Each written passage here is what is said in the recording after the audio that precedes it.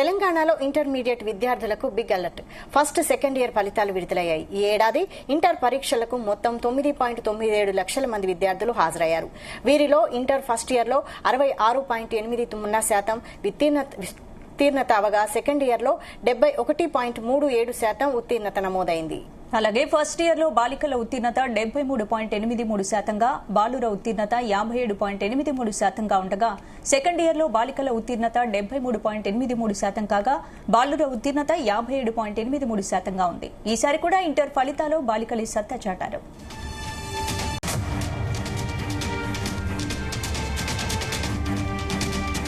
దాదాపు 60,000 మంది రీవాల్యుయేషన్ కు అప్లై చేస్తారని దృష్టిలో పెట్టుకుని పాస్ మార్కులకు దగ్గరలో ఉన్న వారి పేపర్లను రీవాల్యుయేషన్ చేసినట్లు అధికారులు పేర్కొన్నారు. దీంతో 2 దశల్లో పరిశీలన చేసిన తర్వాతే ఫలితాలను ఇంటర్ బోర్డు వెల్లడించింది. ఇక రీవాల్యుయేషన్ రీకౌంటింగ్ కు అధికారులు వారం రోజులు గడువు ఇచ్చారు. అలాగే మే 22 నుంచి అడ్వాన్స్డ్ సప్లిమెంటరీ పరీక్షలు నిర్వహించనున్నట్టు తెలిపారు.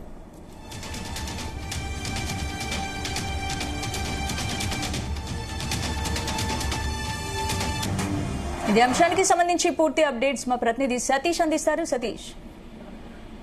స్పందన డిప్యూటీ సీఎం మల్లు భట్టి విక్రమార్కతో పాటు మంత్రి పొన్నం ప్రభాకర్, మంత్రి కోమటిరెడ్డి వెంకటరెడ్డి ఇంటర్ పరీక్ష ఫలితాలను కూడా వెల్లడించారు. అయితే ఇంటర్ పరీక్ష ఫలితాల్లో గత ఏడాది కంటే ఈసారి పాస్ పర్సెంటేజ్ కూడా పెరిగింది. ఓవరాల్ గా 5% పెరిగింది. ఈసారి ఇంటర్ ఫస్ట్ ఇయర్ సంబంధించి ఇటు పర్సెంటేజ్ చూస్తే మాత్రం 66.89% ఉంది. ఇటు సెకండ్ ఇయర్ పాస్ పర్సెంటేజ్ 71.37% నమోదైంది. అంటే గత ఏడాదితో పోలిస్తే మాత్రం ఈసారి పర్సెంటేజ్ అయితే పెరిగింది. మొత్తం ఇంటర్ పరీక్షలు అంటే ఇటు మొదటి సంవత్సరం 2 సంవత్సరాలు కలిపి దాదాపు 9,97,012 మంది కూడా పరీక్షకు కూడా హాజరయ్యారు. దాదాపు మొత్తం ఓవరాల్ గా అయితే మాత్రం 70% వచ్చింది. మరి మొదటి సంవత్సరం బాలికల పర్సెంటేజ్ ఎక్కువగా నమోదైంది. ఈసారి బాలికలే ఎక్కువగా సత్తా చాటారు బాయ్స్ కంటే కూడా.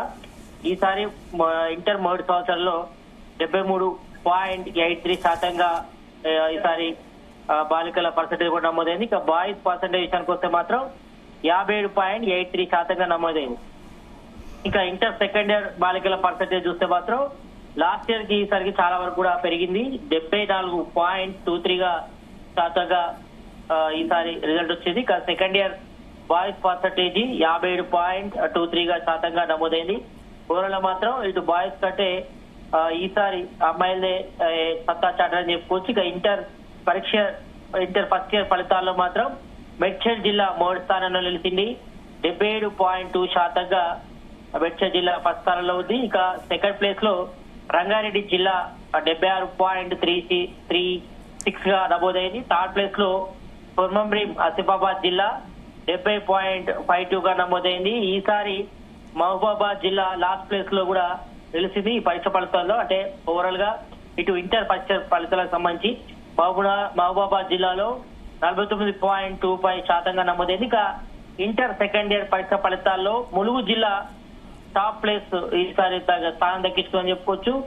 అక్కడ 81.06% నమోదైంది. ఎక్కువగా ఇటు గవర్నమెంట్ కాలేజీలో చదివిన వారికి మాత్రం ఎక్కువగా పర్సెంటేజ్ ఈసారి రావడం కొంతవరకు శుభసూచకని చెప్పుకోవచ్చు. ఎందుకంటే ప్రైవేట్ సిచ్యువేషన్ లో ఎక్కువగా ప్రైవేట్ కాలేజీల హావా కొనసాగుతున్న సమయంలో సేమ్ టైం ఇటు ప్రైవేట్ పాఠశాలకు ధీటుగా గవర్నమెంట్ సబ్స్టిట్యూట్ ప్రభుత్వ కళాశాలలు కూడా ఈసారి ఎక్కువగా పర్సెంటేజ్ ఎక్కువ నమోదైంది. ఇది మాత్రం కొంతవరకు శుభసూచకని చెప్పుకోవచ్చు. ఇక ఇంటర్మీడియట్ సెకండ్ ఇయర్ పరీక్ష ఫలితాల్లో కొమరంభీం ఆసిఫాబాద్ జిల్లా సెకండ్ ప్లేస్ లో నిలిచింది. ఈసారి 80.24% నమోదైంది. ఇక మేడ్చల్ జిల్లా థర్డ్ ప్లేస్ లో నిలిచింది. 77.91% నమోదైంది. ఇక ఈసారి ఇంటర్మీడియట్ సెకండ్ ఇయర్ ఫలితాల్లో లాస్ట్ గా కామారెడ్డి నిలిచింది. 56.38% నమోదు కావడం జరిగింది. ఇక మొత్తానికైతే ఇటు ఇంటర్మీడియట్ పరీక్షకు సంబంధించి కూడా మరి ఈసారి బాలికలే సత్తా చాటారు. మరి దాదాపుగా ఓవరాల్ గా 66% కూడా ఇంటర్ ఫస్ట్ ఫలితాల్లో ఉత్తీర్ణత సాధించారు.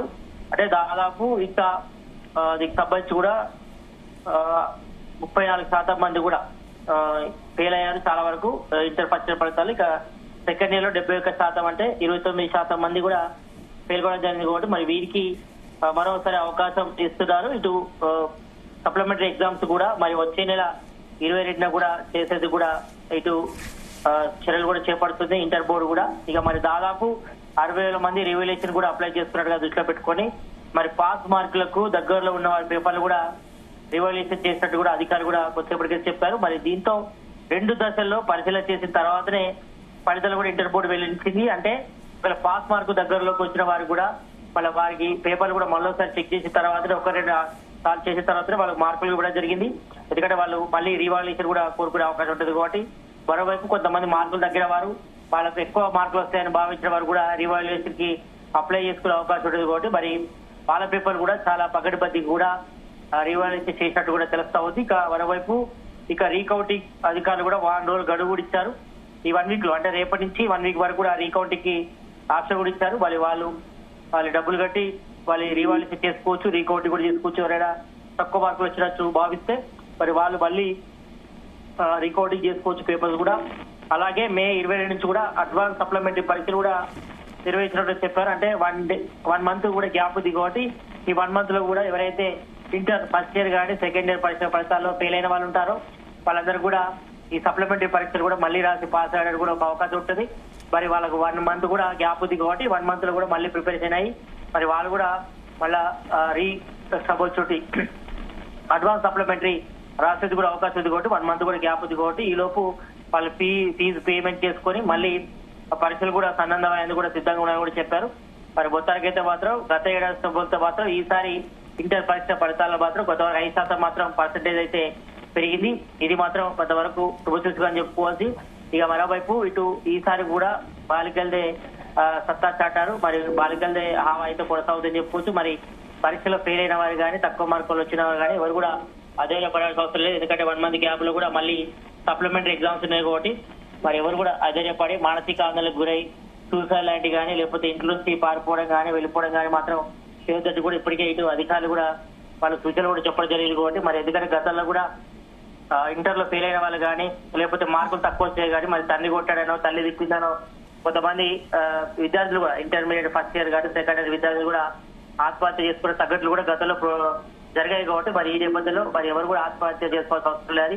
మళ్ళీ సప్లిమెంటరీ ఎగ్జామ్స్ రాసుకోవచ్చు. మరి భవిష్యత్తు కూడా ఇంకా ఎగ్జామ్స్ రాసే అవకాశం ఉంటుంది కాబట్టి మరి ఎవరు కూడా ఎమోషనల్ కావాల్సిన అవసరం లేదంటూ కూడా అధికారులు చెప్తున్నారు. మరి స్టూడెంట్స్ కూడా ఇంటర్మీడియట్ స్టూడెంట్ కూడా మరి వాళ్ళు కూడా ఎలాంటి ఆందోళనకు గురి కావాల్సిన అవసరం లేదు. ఎవరైనా ఆందోళనకు గురి అయితే వాళ్ళకి సంబంధించిన ఇంటర్ కూడా ప్రత్యేకంగా ఇటు టోల్ ఫ్రీ నెంబర్ కూడా ఇచ్చారు కాబట్టి మరి సందేహాలున్నా ఇబ్బందులు కూడా వాళ్ళకి కాల్ చేసి అది సంబంధించిన మానసిక వైద్య నిపుణులు సలహాలు కూడా తీసుకోవాల్సింది కూడా అవకాశం ఉంటుంది.